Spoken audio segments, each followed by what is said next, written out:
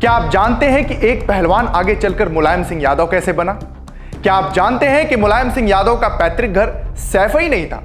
क्या आप जानते हैं कि मुलायम सिंह यादव के परिवार से कितने लोग राजनीति में सक्रिय हैं? क्या आप जानते हैं कि वो कौन सा शख्स है जिसने जान की बाजी लगाकर मुलायम सिंह यादव को बचाया?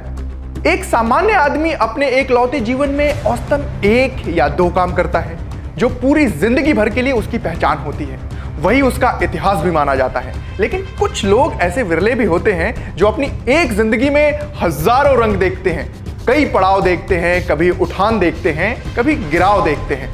नमस्कार, मैं हूं आपका वंशावली विशेषज्ञ अरुण तिवारी और लेकर आ गया हूं कुलगाथा का नया एपिसोड, जिसमें हम बात करेंगे एक ऐसे शख्स की जो अपने अंदाज और मिजाज से बिल्कुल खांटी रहा है। वो इंसान जो कभी अखाड़े में पहलवानों को धोबिया पछाड़ देता था, बाद में उसने बड़े बड़े राजनीतिक सुरमाओं को धूल चटाई। जो कभी इंटर कॉलेज में विद्यार्थियों को पढ़ाता था, उसने बाद में अपने प्रतिद्वंद्वियों को राजनीति का ककहरा सिखाया। जी हां, मैं बात कर रहा हूं अपने 55 साल के करियर में 8 साल मुख्यमंत्री, 2 साल रक्षा मंत्री, 21 साल सांसद और 25 साल विधायक रहे राजनीति के धरतीपुत्र राजनेता मुलायम सिंह यादव की। आज हम मुलायम सिंह यादव के व्यक्तिगत और राजनीतिक जीवन की बात तो करेंगे ही, उसके अलावा उनके कुलवृक्ष के बारे में भी जानेंगे। इस एपिसोड के जरिए कुलवृक्ष उनको श्रद्धांजलि भी अर्पित करता है, क्योंकि जब इस वीडियो की शूटिंग हो रही है उसके कुछ दिन पहले ही मुलायम सिंह यादव जी का देहांत हुआ है। दोस्तों, हमने अभी कुलवृक्ष की बात की। कुलवृक्ष को अंग्रेजी में फैमिली ट्री, लोक भाषा में वंशावली कहते हैं, जिसका मतलब होता है पूर्वजों का लीनिएज, उनका इतिहास, परिजनों के अतीत की कहानी। अब आप भी जान सकते हैं अपने पूर्वजों का इतिहास, उनके अस्तित्व की कहानी, और लिख सकते हैं अपने माँ बाप, दादा परदादा की जीवनी, जिसे सहेजेगा आपका साथी कुलवृक्ष, ताकि आप, आपके बच्चे, उनके बच्चे और आने वाली अनगिनत पीढ़ियां जान सके, पढ़ सके और महसूस कर सकें अपना गौरवशाली इतिहास। आपको ऊपर आई बटन में या नीचे डिस्क्रिप्शन बॉक्स में कुलवृक्ष की वेबसाइट और ऐप का लिंक मिल जाएगा। तो देर मत कीजिए, जल्दी जाइए और कुलवृक्ष में अपना इतिहास ढूंढिए। आप अपनी नई फैमिली ट्री भी बना सकते हैं, क्योंकि जो आज सहेजा जाएगा वही कल में इतिहास कहलाएगा। तो हम बात कर रहे हैं मुलायम सिंह यादव की। उत्तर प्रदेश की राजनीति की कभी धुरी रह चुके मुलायम सिंह यादव का जन्म 21 नवंबर 1939 को उत्तर प्रदेश के सैफई में एक सामान्य परिवार में हुआ। यदि उनकी वंशावली यानी कि फैमिली ट्री की बात करें तो उनका पैतृक घर सैफई में नहीं था। जी हाँ, बिल्कुल सही सुना आपने। उत्तर प्रदेश के फिरोजाबाद जिले के शिकोहाबाद के इटौली में उनके पूर्वज रहते थे और उनके वंश वृक्ष की एक शाखा अभी भी उसी गांव में रहती है। दरअसल इटौली गांव के रहने वाले मेवाराम यादव यानी कि मुलायम सिंह यादव के दादा अपना कुनबा वहीं छोड़कर उत्तर प्रदेश के ही इटावा जिले के सैफई गांव में रहने आ गए थे। सैफई में उनके 2 बेटे बच्चीलाल यादव और सुगर सिंह यादव का जन्म हुआ। सुगर सिंह यादव और उनकी पत्नी मूर्ति देवी की 5 संतानें हुई। क्रमवार बड़े बेटे रतन सिंह, फिर मुलायम सिंह यादव, उसके बाद अभय सिंह, शिवपाल सिंह और फिर राजपाल सिंह यादव और फिर उनकी बेटी कमला देवी। इन सभी भाइयों में से मुलायम सिंह और शिवपाल सिंह राजनीति में सक्रिय रहे। मुलायम सिंह यादव के चाचा बच्चीलाल यादव और उनकी पत्नी फूलवती की भी 2 संतानें हुई, गीता यादव और रामगोपाल यादव। रामगोपाल यादव भी उत्तर प्रदेश की सियासत में काफी सक्रिय रहे हैं और वो अपने भाई की पार्टी समाजवादी पार्टी से 5वीं बार सांसद हैं। वो मुलायम सिंह के बेटे अखिलेश के बेहद करीबी भी माने जाते हैं। मुलायम सिंह यादव की गिनती भारतीय राजनीति के ऐसे नेताओं में भी की जाती थी जिसे राजनीतिक हवाओं की भरपूर परख रहती थी। कब किसकी गोटी किसके पाले में बैठेगी, कब किसका पत्ता कटेगा, इसका अंदाज मुलायम सिंह यादव को पहले से ही रहता था। इसलिए राजनीति में कई लोग उनको भरोसेमंद साथी भी नहीं मानते थे। जब 2019 में लोकसभा चुनाव होने वाले थे तो उससे पहले लोकसभा की एक सत्र में उन्होंने माननीय प्रधानमंत्री नरेंद्र मोदी को अग्रिम बधाई देते हुए सांकेतिक शब्दों में कहा था कि अगले प्रधानमंत्री भी वही बनने वाले हैं। उनके इस बयान पर उनकी पार्टी के अलावा अन्य विपक्षी पार्टी के लोगों ने थोड़ी नाराजगी भी जताई थी। कई विश्लेषकों ने तो ये तक कहा था कि मुलायम जी काफी अनुभवी नेता हैं और राजनीतिक माहौल को बखूबी जानते हैं। ऊपर से उम्र की इस पड़ाव पर आकर कोई व्यक्ति दिल से ही बोलता है। ये सच में काबिले तारीफ बात थी कि शीर्ष के विपक्षी नेता ने तत्कालीन प्रधानमंत्री को दिल खोलकर दोबारा प्रधानमंत्री बनने की शुभकामना दी थी, वो भी तब जब उसके बयान से राजनीतिक गलियारे में बहुत कुछ बदल सकता था। मुलायम सिंह यादव बचपन में कई बार सैफई छोड़कर अपने दादा के असली गांव इटौली आकर रहने लगे। उन्होंने वहां के आदर्श कृष्ण कॉलेज से पढ़ाई भी की। जब बड़े हुए तो पहलवानी का शौक लगा और अखाड़े में कुश्ती के दांव पेच सीखने लगे। वो पढ़ने में मेधावी थे और उन्होंने राजनीतिक शास्त्र में 3 डिग्रियां हासिल की, BA, BT और MA।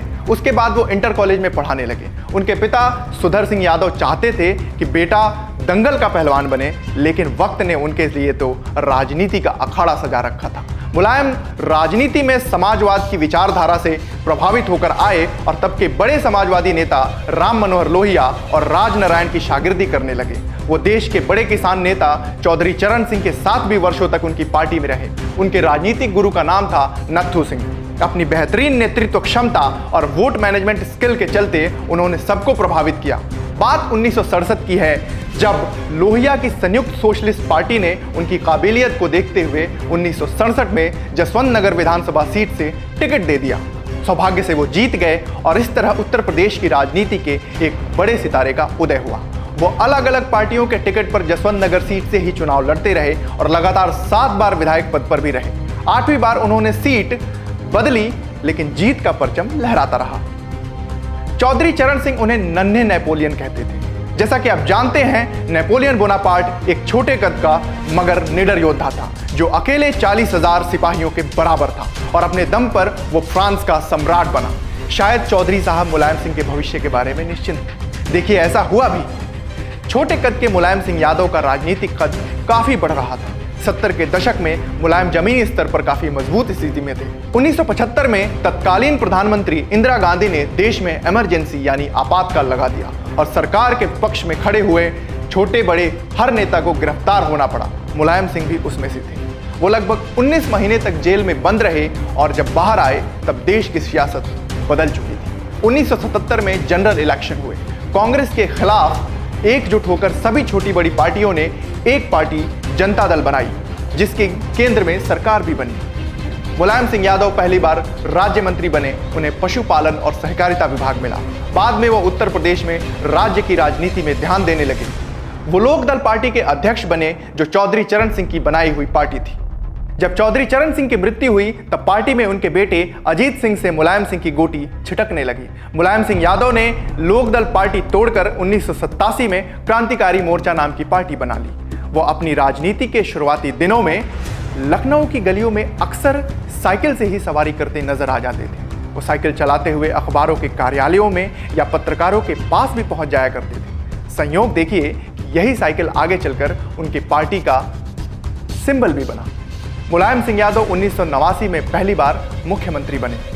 80 के ही दशक में मुलायम सिंह का राजनीतिक हैसियत बढ़ रहा था। वो शोषित और कमजोर तबके के नेता के रूप में उभर रहे थे। उनके समर्थक उन्हें धरती पुत्र कहने लगे थे। तब उन पर कई बार जानलेवा हमले भी हुए।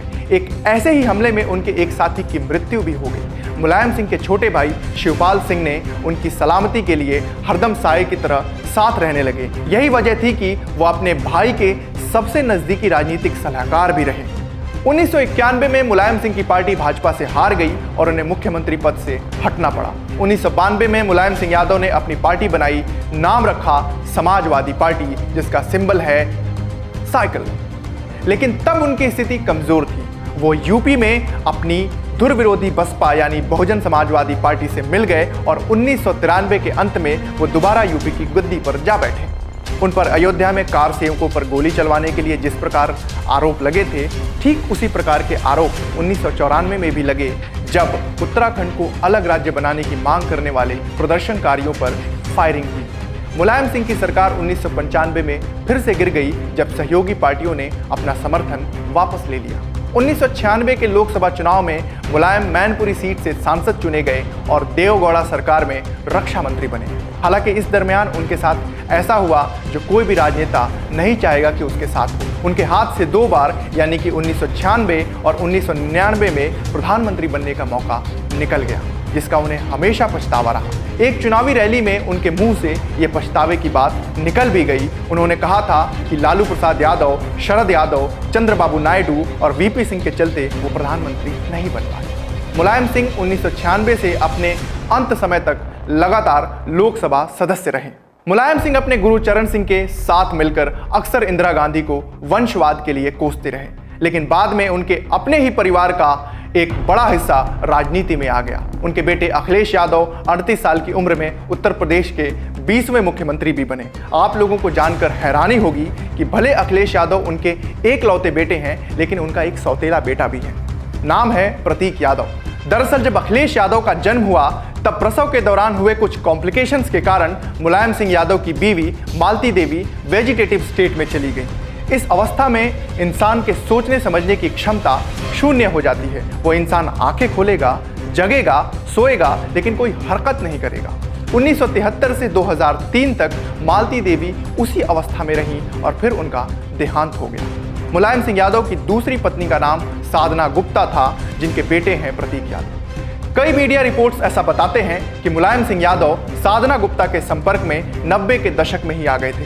हालांकि प्रतीक के बायोलॉजिकल फादर साधना के पहले पति चंद्र प्रकाश गुप्ता हैं, जिनसे वो शादी के कुछ साल बाद ही अलग हो गई थी। जब मुलायम सिंह यादव के सौतेले बेटे प्रतीक यादव की पत्नी अपर्णा यादव ने 2022 में बीजेपी ज्वाइन किया तो यह खबर मीडिया में बहुत दिनों तक छाई रही। प्रतीक जबकि राजनीति से दूर एक जिम संचालक है। मुलायम सिंह यादव के परिवार से लगभग 25 से अधिक लोग राजनीति में सक्रिय हैं और बड़े पदों पर काबिज हैं। जैसे उनके बेटे अखिलेश यादव यूपी में विपक्ष के नेता हैं। उनकी बहू डिंपल यादव 2 बार सांसद रह चुकी हैं। मुलायम सिंह के भाई अभय राम यादव के बेटे धर्मेंद्र 3 बार मैनपुरी व बदायूं से सांसद रह चुके हैं। उनके चचेरे भाई राम गोपाल यादव 2008 से राज्यसभा सांसद हैं। मुलायम के छोटे भाई और कभी साये की तरह उनके साथ रहे शिवपाल सिंह यादव अब समाजवादी पार्टी से दूर होकर अलग पार्टी प्रगतिशील समाजवादी पार्टी बना चुके हैं। वो तब नाराज हुए थे जब मुख्यमंत्री पद के लिए अखिलेश यादव मुलायम सिंह के चचेरे भाई राम गोपाल यादव का समर्थन लेकर आगे आ गए थे। हालांकि मुलायम सिंह यादव अपने छोटे भाई शिवपाल यादव के साथ हमेशा खड़े रहे और इस गुस्ताखी के लिए अपने बेटे और चचेरे भाई को पार्टी से ही निकाल दिया। हालांकि निर्वाचन आयोग के दखल के बाद अखिलेश यादव दोबारा पार्टी में आ गए और अब समाजवादी पार्टी के राष्ट्रीय अध्यक्ष हैं। पिछले 10 अक्टूबर 2022 को मुलायम सिंह यादव ने गुड़गांव के मेदांता अस्पताल में अपनी आखिरी सांस ली। ये वही अस्पताल है जहां उनकी दूसरी पत्नी साधना गुप्ता का करीब 3 महीने पहले स्वर्गवास हुआ था। अपने पहाड़ जैसे राजनीतिक करियर में मुलायम सिंह यादव ने बहुत से समर्थक भी बनाए और विरोधी भी। आज आपने मुलायम सिंह यादव और उनके परिवार का इतिहास जाना। अब आप अपना और अपने परिवार का इतिहास भी बड़ी आसानी से जान सकते हैं, सिर्फ एक क्लिक में। जी हाँ, नीचे डिस्क्रिप्शन बॉक्स में दिए गए कुलवृक्ष के वेबसाइट अथवा ऐप के लिंक पर क्लिक करें और अभी जानें अपना गौरवशाली इतिहास। आप अपनी फैमिली ट्री भी बनाने के लिए ट्यूटोरियल वीडियोस हमारे इसी चैनल में देख सकते हैं। कुलगाथा ऐसे ही देश विदेश की बड़ी हस्तियों और उनके परिवार का इतिहास आप लोगों के सामने लेकर आता रहेगा। अगर आपको वीडियो अच्छी लगी तो लाइक और कमेंट करके हमें ज़रूर बताएं और अपने साथियों के साथ इसे शेयर भी करें। अगर आप चैनल पर नए हैं तो रोचक और ज्ञानपूर्ण कंटेंट के लिए इसे सब्सक्राइब कर लीजिए, बेल आइकन दबा लीजिए ताकि हमारी कोई भी वीडियो आपसे मिस ना हो। कुलगाथा की अगली वीडियो में फिर मिलेंगे, तब तक के लिए शुभमस्तु। सब्सक्राइब करें कुलवृक्ष के YouTube चैनल को और रोजाना की अपडेट्स के लिए बेल आइकन को दबाना ना भूलें।